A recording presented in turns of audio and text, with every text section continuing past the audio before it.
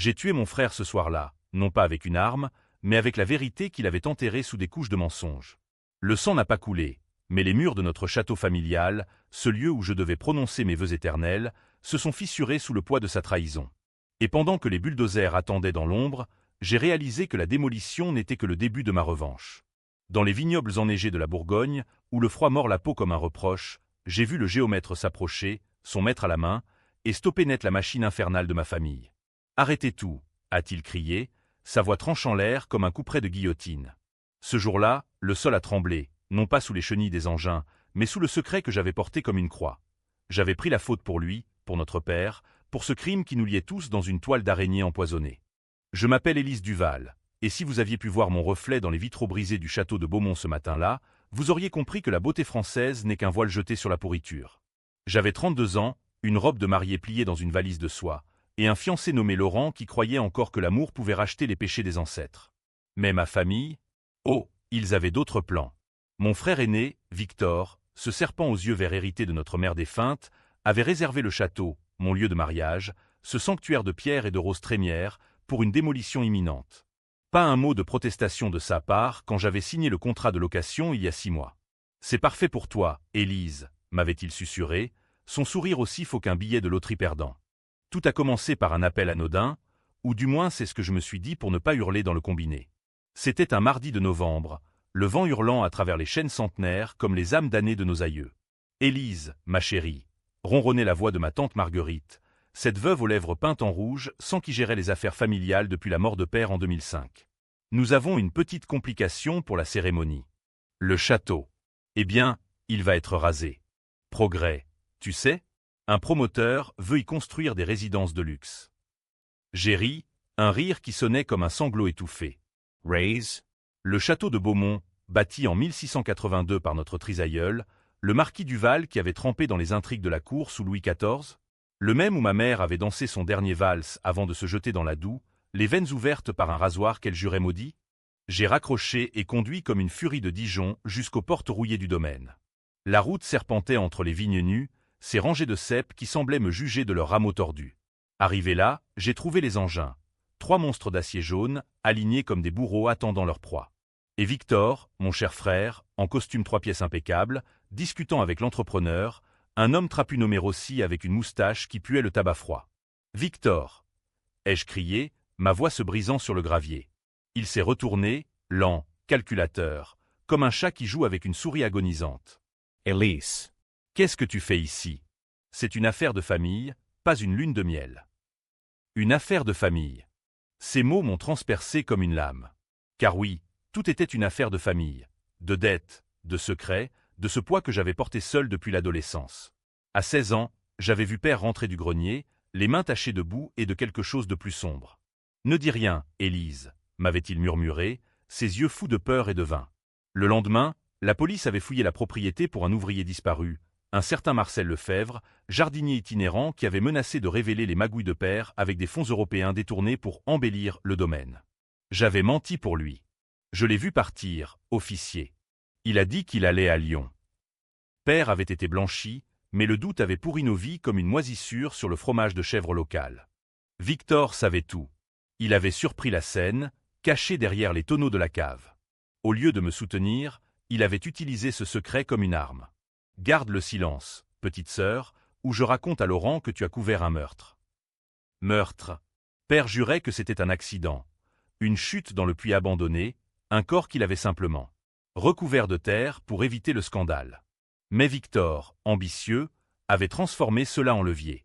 Il avait hérité de l'affaire familiale après la mort de père, un vignoble endetté jusqu'au cou, et il avait besoin d'argent. Vendre le château? Non, le raser pour un lotissement de luxe, avec la complicité de Marguerite qui touchait une commission grasse. Je l'ai confronté là, sous le ciel plombé de Bourgogne. Pourquoi maintenant? Mon mariage est dans 3 semaines. Victor a haussé les épaules, allumant une cigarette gauloise avec un briquet en or gravé « Duval ». Le timing est parfait. Imagine, au lieu de tes vœux ridicules, on efface l'histoire. Père serait fier, plus de fantômes, plus de dettes. J'ai bondi, mes ongles s'enfonçant dans son bras. Tu es un monstre. Et moi qui ai pris la balle pour toi, quand tu as falsifié les comptes pour ton amante parisienne. Car oui, il y avait eu cela aussi. En 2012, Victor avait détourné 50 000 € pour payer les dettes de jeu de sa maîtresse, une actrice ratée des banlieues. J'avais avoué à la banque, payé de ma poche d'institutrice, Gan Titaille pour protéger le nom Duval. Il m'a repoussé, riant doucement. Toujours la martyre, Élise. Va-t'en. Les machines démarrent demain. J'ai reculé, le cœur battant comme un tambour de la Révolution, et j'ai vu Rossi hocher la tête, son contrat plié dans la poche. Ce soir-là, seul dans mon appartement de Dijon, entouré de livres de Balzac et de bouteilles de Gevrey-Chambertin vides, j'ai juré, la vengeance viendrait.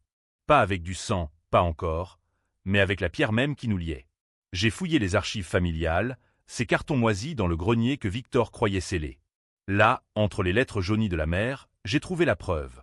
Le puits où gisait Marcel n'était pas abandonné par accident. Perly avait poussé, après que l'ouvrier eut menacé de tout révéler sur les pots de vin. Et Victor? Il avait un mot, écrit de sa main. « Protège-moi, ou je te maudis ». Les jours suivants ont été un tourbillon de rage contenue. Laurent, mon doux Laurent, architecte à Beaune, sentait mon tourment mais le mettait sur le compte des nerfs prénuptiaux. On trouvera un autre lieu, ma chérie. Quelque chose de moderne, sans ces vieilles pierres qui puent la moisissure. Mais moi, je voyais clair. Le château était le symbole de notre malédiction. J'ai contacté un géomètre indépendant, un certain Antoine Moreau, recommandé par un collègue au lycée. Pouvez-vous inspecter le site? Il y a des anomalies structurelles, je le sens. Il a ri au téléphone, sa voix grave comme le vin rouge.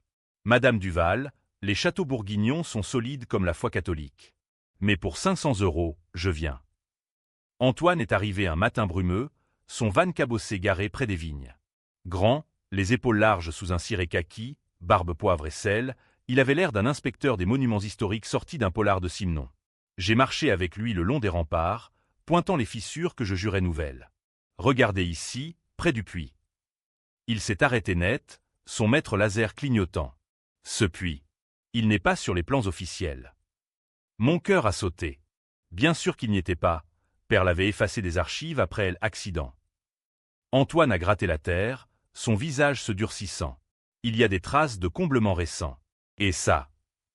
Il a sorti une petite caméra endoscopique, la glissant dans l'ouverture obstruée.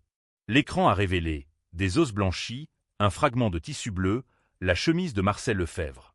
Le monde a basculé. Antoine a reculé, pâle. C'est un crime, madame. Je dois alerter les autorités. J'ai attrapé son bras, les larmes coulant pour la première fois depuis des années. Attenders. C'est ma famille. Ils me démoliront le château pour effacer ça. Il m'a regardé, ses yeux bleus perçants comme l'acier. Votre famille? Victor Duval est impliqué. Comment savait-il?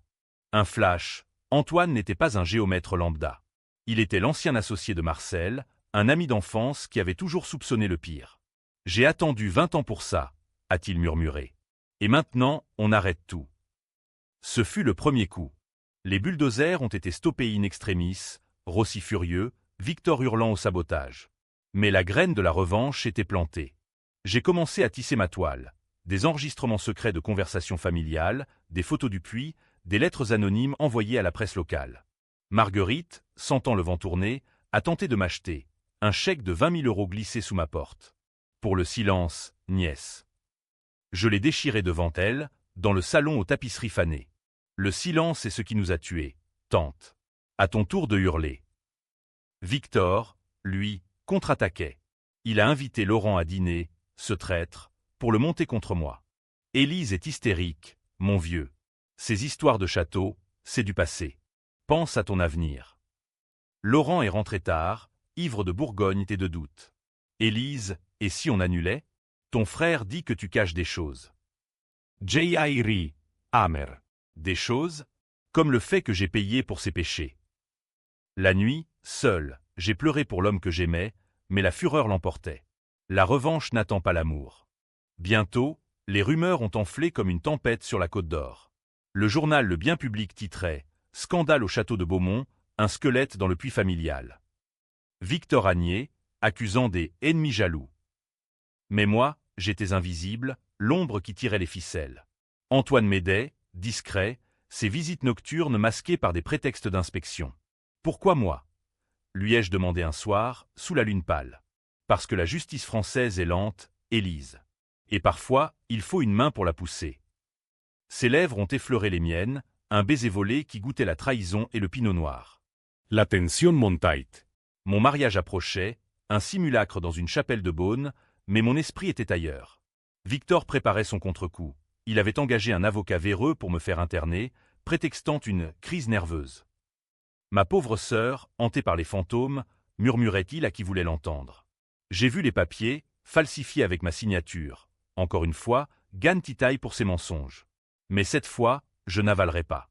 Les nuits au château de Beaumont étaient hantées, non par les spectres des Duval, mais par le bruit fantôme des pelleteuses que Victor avait rappelé en secret. Après l'arrêt d'Antoine, la famille s'était refermée comme une huître empoisonnée. Marguerite m'appelait à toute heure, sa voix suave masquant la panique. « Élise, chérie, oublie ces bêtises. Victor est fragile, tu sais. Le stress du vignoble. » Fragile. Mon frère, qui avait brisé des vies comme des bouteilles vides. Je raccrochais, le téléphone tremblant dans ma main, et je marchais jusqu'au puits, ce gouffre béant maintenant scellé par un ruban de police jaune. Antoine avait tenu parole. Les gendarmes étaient venus, discrets, leurs uniformes sombres se fondant dans la brume. Ils avaient exhumé les restes de Marcel, un sac d'os et de regrets, et interrogé père avant sa mort, mais sans preuve solide. Accident, avait-on conclu, classant l'affaire en 2006. Mais maintenant, avec l'ADN moderne, les choses changeaient. Victor paniquait. Je le voyais dans ses yeux injectés de sang lors du dîner familial forcé. À la santé des Duval, avait-il toasté, sa main serrant le verre comme un garrot. J'ai souri, feignant l'innocence. À la vérité, Victor. Elle finit toujours par remonter, comme le vin bouchonné. La trahison s'approfondissait. J'ai découvert que Victor n'avait pas seulement réservé la démolition pour l'argent, non, c'était pour effacer le puits définitivement. Les promoteurs, des Italiens liés à la mafia sicilienne via des cousins éloignés, voulaient un terrain propre. Pas de cadavres dans les fondations, avaient plaisanté aussi lors d'une réunion clandestine que j'avais espionnée depuis les combles. Victor riait, complice, promettant un nettoyage complet. Et moi, j'étais l'obstacle, la fiancée hystérique qui osait s'opposer au progrès familial. Laurent, pauvre Laurent, était pris dans la tourmente. Il avait reçu une lettre anonyme, ma plume, bien sûr, détaillant les dettes de Victor et ses liaisons. « Sauve-toi, mon amour », écrivais-je, sans signature. Il m'a confronté dans notre lit, les draps froissés comme nos âmes. « Élise, dis-moi la vérité. Ton frère est un salaud, mais toi, tu sembles. » Different. Vengeress. J'ai pleuré, pour la forme, et murmuré, « C'est pour nous protéger. Ils veulent détruire tout ce que j'aime. » Il m'a serré, ignorant que tout incluait le château, symbole de ma prison dorée. Antoine devenait mon allié le plus sombre. Nos rencontres se faisaient dans les caves du domaine, parmi les fûts qui exhalaient des arômes de terre et de pourriture. Marcel était comme un frère pour moi, confessait-il un soir, sa lampe torche dansant sur les voûtes. Ton père l'a tué pour 10 000 € de pot de vin. Et Victor, il a hérité de la cupidité. Je hochai la tête, la haine bouillonnant en moi comme un cassoulet trop mijoté. Aide-moi à le faire tomber. Il hésitait, puis sortait des documents, plans altérés, contrats signés par Victor pour accélérer la démolition malgré l'enquête. Le twist mineur est venu d'une source inattendue. Ma cousine Sophie, la fille illégitime de Marguerite, contactée via un message crypté sur Facebook. Je sais pour le puits. Victor m'a forcé à mentir en 2005. J'étais là, Élise. J'ai vu père pousser Marcel. Sophie, exilée à Paris après un scandale de drogue, revenait pour se venger à son tour. Nous avons comploté. Elle témoignerait, en échange d'une part des vignobles. La famille Duval est une plaie, disait-elle, sa voix rauque de cigarette. Tranchons-la. Victor flairait le piège. Il m'a convoqué au bureau du domaine, une pièce au lambris sombre où père signait ses pactes diaboliques. Élise, arrête tes jeux. J'ai engagé des privés pour te surveiller. Antoine Moreau, un raté qui chasse les fantômes. J'ai faim la peur, les mains tremblantes. Frère, pourquoi me haïr ainsi? J'ai tout sacrifié pour toi. Il s'est approché, son souffle aigre de cognac. Parce que tu es faible. Tu as pris la faute pour mes petites erreurs, mais maintenant, tu menaces l'héritage. Petite erreur? Les 50 000 € volés, l'adultère qui avait brisé sa femme, les faux témoignages pour couvrir les fraudes fiscales. Je suis sorti de là, l'âme en feu. La nuit, j'ai saboté un engin, une clé à molette dans le moteur, un réservoir percé. Le lendemain, Rossi hurlait « Sabotage !» Duval, ta sœur est folle. Victor a riposté en annulant mon accès au domaine, changeant les serrures. Mais j'avais déjà copié les clés. Avec Antoine et Sophie, nous avons filmé une confession forcée. Victor, ivre lors d'une fête vigneronne, avouant à voix haute « Père a bien tué ce chien de Lefebvre. » Et le château? Au diable! Le scandale a éclaté comme une bulle de champagne éventée. Le procureur de Dijon a rouvert l'enquête, les médias nationaux s'emparant de l'affaire. Meurtre bourgeois en Bourgogne, la famille Duval impliquée. Victor niait, accusant Sophie de fabulation, une pute junkie cherche l'attention. Mais les preuves s'accumulaient. Marguerite, sentant la défaite, m'a offert le château. Prends-le, Élise. Sauve-nous. J'ai refusé, riant. Trop tard, tante. La démolition attendra la justice. Pourtant, la tension me rongeait. Laurent me quittait presque chaque soir, hanté par les doutes. Élise, cette vengeance te consume. Et si Victor avait raison? Si c'était un accident? Je le repoussais, le corps froid. La revanche était ma mariée maintenant, voilée de noir. Et Antoine? Nos étreintes dans les ruines étaient fiévreuses, un mélange de désir et de désespoir. Après ça, on fuit en Provence, murmurait-il. Mais je savais, la Provence était un rêve pour les innocents. Le point de non-retour arriva lors d'une confrontation nocturne. Victor m'attendait au puits, une lampe à la main, son visage tordu comme un CEP malade. Finisonsen, Elise. Tu veux la vérité? Père m'a forcé à aider. J'ai tenu la corde pour hisser le corps. Mon sang se glaça. Tu étais là. Il hocha la tête, les larmes coulant enfin. Et toi, tu as menti pour nous tous. Gan Titaï, comme une sainte idiote. Je l'ai giflé, la paume brûlante. Sainte, je suis ta damnation. Il s'est effondré, suppliant. Aide-moi une dernière fois. On enterre tout, on démolit, on recommence. J'ai reculé, le cœur battant. La tentation était là, l'unité familiale, le silence. Mais non. J'ai appelé les gendarmes depuis mon portable caché. Il avoue. Victor a bondi, me plaquant au sol, ses mains autour de ma gorge. Traîtresse. Le monde s'est assombri, mais Antoine surgit des ombres, le terrassant d'un coup de poing. À l'hôpital, Victor jurait de me détruire. Ton mariage? Je le transformerai en funérailles. Et moi, pansement au cou, je souriais. La revanche n'était pas finie. Elle venait à peine de commencer. Le procès de Victor Duval s'est ouvert sous un ciel de plomb à la cour d'assises de Dijon, un théâtre macabre où les accusés dansent leur valse finale. J'étais là, en témoin clé, vêtu d'un tailleur noir austère qui masquait les bleus de notre dernière empoignade. La salle puait le bois ciré et l'hypocrisie, juge aux perruques poudrées, avocat en robe ondoyante, et la famille Duval, éparpillée comme des feuilles mortes. Marguerite sanglotant dans un mouchoir en dentelle, Sophie redressée comme une reine vengeresse, et Laurent à mes côtés, sa main serrant la mienne avec une force qui trahissait son malaise. Victor, menotté mais élégant dans son costume sur mesure, niait tout avec l'aisance d'un escroc de la belle époque. Mensonge. Ma sœur est une mythomane, rongée par la jalousie. L'avocat général, un homme sec nommé Leclerc, brandissait les preuves comme des épées, l'ADN sur les os, les enregistrements audio de sa confession ivre, les plans falsifiés pour la démolition. Monsieur Duval, vous avez tenté d'effacer un meurtre pour 2 millions d'euros de lotissement. Et votre sœur? Elle a porté le fardeau de votre silence pendant 20 ans. Victor m'a fusillé du regard, sa bouche tordue en un rictus. Elle a menti pour père. Elle est complice. Le public a murmuré, divisé. Certains voyaient en moi la victime pieuse, d'autres la manipulatrice froide qui avait orchestré la chute de son sang. Les journaux titraient « Élise Duval, sainte ou sorcière de Bourgogne ».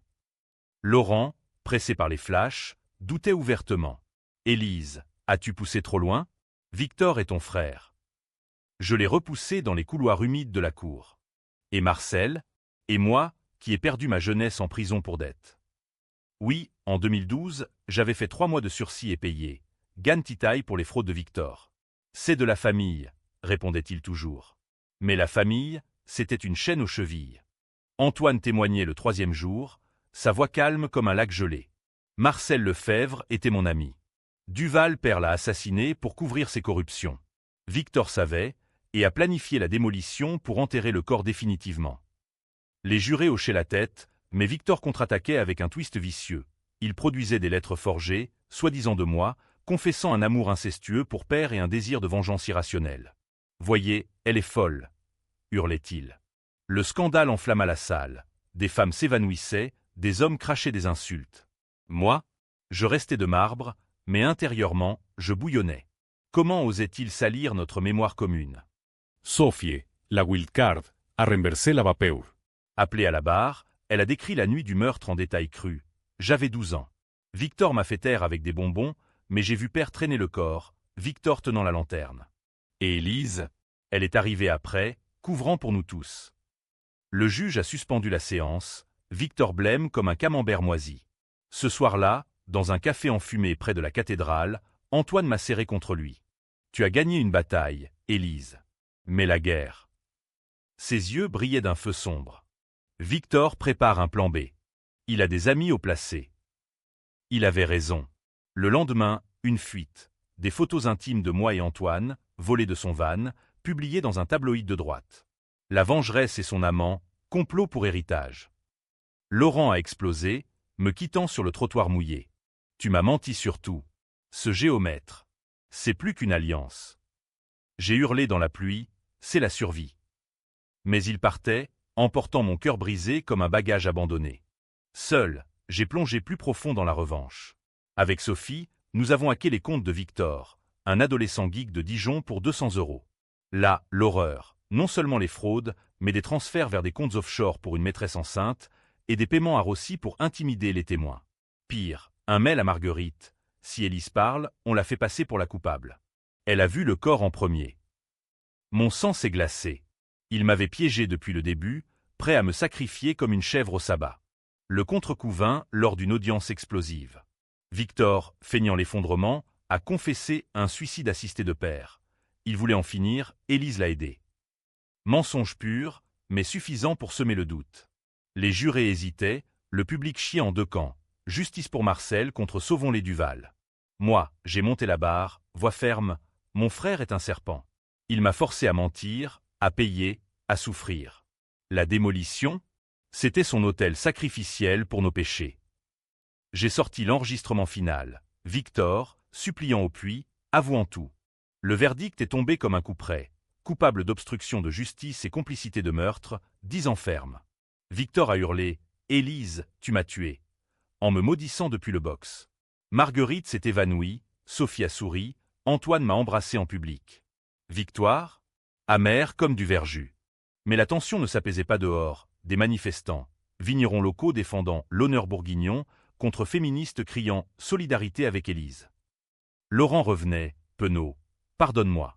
J'ai eu peur. » J'ai accepté, mais mon âme était ailleurs. La revanche avait un prix. Le château, maintenant sous séquestre, attendait son sort. Et Victor, de sa cellule, jurait « Ce n'est pas fini, sœur. J'ai un atout. » Ce atout, une lettre de père, révélée par son avocat, Élise a poussé Marcel. Elle ment depuis le début. Le twist famiglia l'ultime. Le public bouillonnait. Étais-je la victime ou la meurtrière? Le château se dressait comme un géant blessé sous la lune d'hiver, ses tours percées par le vent qui hurlait des prophéties de ruine. Après le verdict, Victor avait été incarcéré à la prison de Valence, mais ses tentacules s'étendaient encore, via des codétenus et des avocats véreux. La lettre de père, cette calomnie post-mortem, avait rouvert les plaies. Une enquête secondaire sur moi, des nuits blanches à répondre aux interrogatoires. « Madame Duval, votre alibi pour la nuit du 15 juin 2005 ?» demandait le commissaire, un homme aux yeux de fouine. J'étais à la maison, endormi. Victor ment pour se sauver. La société se déchaînait. Sur les forums de France Bleu Bourgogne, on débattait « Élise est une héroïne, exposant les privilèges pourris ». Contre « Elle a détruit sa famille pour un château égoïste ». Mon mariage, reporté Sindai, n'était plus qu'un fantôme. Laurent endurait, mais ses regards étaient des questions muettes. Élise, et si la lettre disait vrai? Murmurait-il dans notre lit froid. Je le repoussais, la rage chevillée au corps. La vérité? C'est Victor qui a tout orchestré, depuis le meurtre jusqu'à la démolition. Antoine, mon ancre dans la tempête, poussait pour la fuite. Vend le château, Élise. On part à Marseille, loin de ces vignes maudites. Mais non, le château était mon arme finale. Avec l'aide de Sophie, désormais associée dans les vignobles, j'ai lancé une campagne. Pétition pour en faire un musée du crime bourgeois, financé par les médias avides. Transformons la malédiction en leçon, plaidez-je dans les interviews, ma voix d'acier sous les projecteurs. Marguerite, brisée, se suicidait presque, pilules avalées dans un verre de chardonnay, sauvée in extremis. Tu as tué l'âme des Duval, gémissait-elle à mon chevet.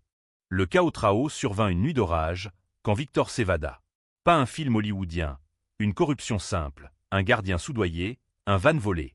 Il débarqua au château à minuit, trempé, une arme à la main, un vieux revolver de père, rouillé mais mortel. J'étais seul, fouillant les archives pour contrer la lettre. Élise, gronda-t-il depuis l'ombre du grand hall, sa silhouette difforme par la foudre. Finissons comme des Duval, dans le sang.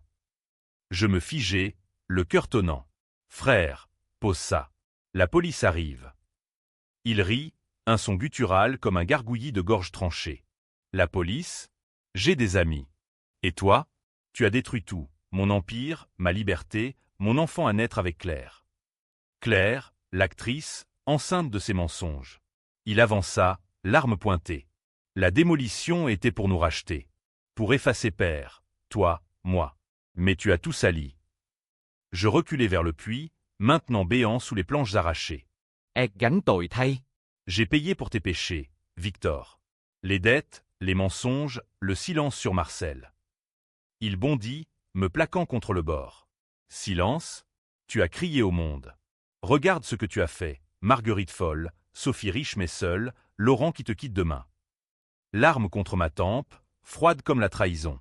Le tonnerre rugit, et dans un flash, je vis nos enfances, jeux dans les vignes, rire avant le sang. Pourquoi, Victor? Pour l'argent. Il pleura, larmes tremblant. Pour survivre. Père nous a appris, les Duval ne plient pas, ils brisent. Le moment de grâce, ou de folie. J'ai murmuré, alors brise-moi. Mais sache, j'ai envoyé la lettre à la presse. Ton enfant naîtra sans père, marqué par le scandale. Un mensonge, mais fatal.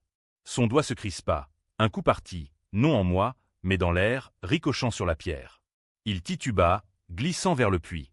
Élise, aide-moi. Ses mains agrippèrent le bord, boue et désespoir. J'hésitais, le monde suspendu.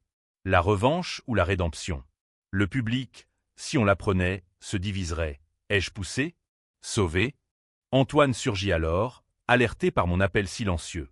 Il le hissa, mais Victor, dans un sursaut de haine, le frappa, l'envoyant valser. Toi, le géomètre fantôme. Tu as tout arrêté pour elle. Une bagarre féroce, poings et jurons, sous la pluie qui s'invitait par les fenêtres brisées. J'attrapai le revolver, le pointant. Assez. Victor se figea, riant à travers le sang. Tire, sir. Deviens comme père. Mon doigt effleura la détente. Le chaos trao. Tué ou pardonné. Les sirènes hurlèrent au loin. Sophie avait appelé les flics. Victor chargea une dernière fois, nous tombant tous dans une mêlée. Le revolver partit à nouveau, touchant son épaule. Il s'effondra, hurlant de douleur. Antoine le menotta avec une corde de cave, tandis que je vomissais dans l'ombre. La police arriva, emportant Victor, blessé mais vivant. Traîtresse éternelle, cracha-t-il en partant. Le matin, le château intact, mais mon âme fissurée. Laurent revint, voyant les bleus. Tu as risqué ta vie pour ça. Oui. Pour la justice, pour Marcel, pour moi. Mais le public chiait, héros ou monstre. Les titres, Élise Duval tire sur son frère, légitime défense ou vengeance froide. Les échos du coup de feu résonnaient encore dans les couloirs du château de Beaumont quand le soleil se leva, pâle et accusateur, sur les vignes dégoulinantes. Victor gisait à l'hôpital, menotté à son lit, son épaule bandée comme une momie ratée. L'enquête sur l'évasion concluait à la légitime défense. Mon revolver, une relique familiale, avait sauvé des vies. Mais le twist final, ce poison lent, vint de la lettre de père, authentique, analysée par des experts. Élise a vu et n'a rien dit. Pire, elle a aidé à cacher, écrivait-il, sa main tremblante scellant mon destin. Le procureur, sentant le scandale, m'a inculpé pour complicité post-mortem. Vous avez su pour le meurtre est couvert, Madame Duval. Les menottes claquèrent froides sur mes poignets, devant les flashs des journalistes. Laurent pleurait, impuissant. Je t'aime, Élise. Batte-toi. Antoine, fidèle ombre, jurait. C'est Victor qui ment. On provera. Sophie, pragmatique, prenait les rênes des vignobles. Gagne ton procès, cousine. Le château est à toi. La cellule à Dijon était un purgatoire de béton gris, odeur de désinfectant et de regret. Seule la nuit, j'entendais les murmures, meurtrières de sang, des codétenues ou héroïnes, des gardiennes compatissantes. Le procès s'ouvrit en mars, sous un printemps timide qui moquait ma captivité. Victor, libéré sous caution malgré tout, ses amis haut placés, témoigna contre moi, l'épaule en écharpe pour l'effet dramatique. Elle a tout su. Elle a même suggéré de démolir pour effacer. Mensonge, mais semé dans les esprits. Le public, ce jury invisible, se déchirait. Réseaux sociaux en feu, libérer Élise contre justice pour Victor. Des intellectuels parisiens signaient des pétitions, citant Zola et l'affaire Dreyfus, un nouveau j'accuse pour les Duval. D'autres, conservateurs bourguignons, crachaient. Cette femme a vendu son frère pour un tas de pierres. Laurent, brisé, visitait chaque semaine, ses yeux creux. Le bébé de Claire. Victor veut la garde. Et toi? Tu sors quand? Antoine orchestrait la défense, expert en graphologie discréditant la lettre, écrite sous contrainte, peut-être par Victor lui-même. Sophie produisait des alibis, mes notes de lycée, prouvant que j'étais à un examen le soir du meurtre. Et moi, à la barre, voix brisée mais ferme, j'ai couvert par amour filial. Gann titaille pour un père mourant, un frère perdu. Mais la démolition, c'était leur trahison, pas la mienne. J'ai arrêté la machine pour sauver l'âme de cette maison. Le twist final éclata comme un feu d'artifice noir, un enregistrement caché, trouvé dans les archives par un notaire impartial. La voix de père, agonisant, « Victor, c'est toi qui as poussé Marcel. » Elise ignorate. Protégela, idiote. Victor blêmi, niant, faux. Montage. Mais l'ADN vocal confirma. Le jury, ébranlé, acquitta.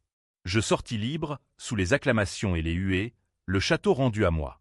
Victor, ruiné, s'exila à l'étranger, un fantôme brisé. Marguerite mourut en paix, léguant ses bijoux à Sophie. Laurent et moi nous mariâmes enfin, dans le grand hall restauré, sous les vitraux réparés. À la nouvelle vie, tostâmes-nous, vin de nos vignes.